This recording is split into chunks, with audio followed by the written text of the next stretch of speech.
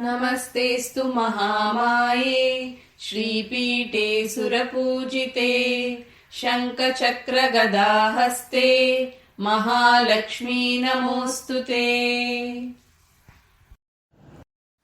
పిల్లలు, మనకు వచ్చే వారం దీపావళి పండుగ వస్తోంది కదా.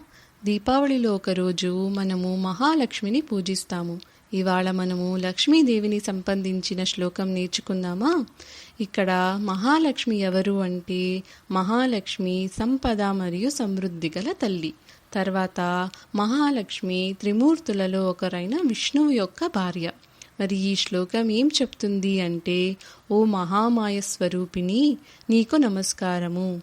చేతులలో శంఖము, చక్రము, గద ధరించి శ్రీపీఠములో ఉండి దేవతలందరి చేత పూజలందుకున్న ఓ మహాలక్ష్మి, నీకు నమస్కారము అని అర్థం.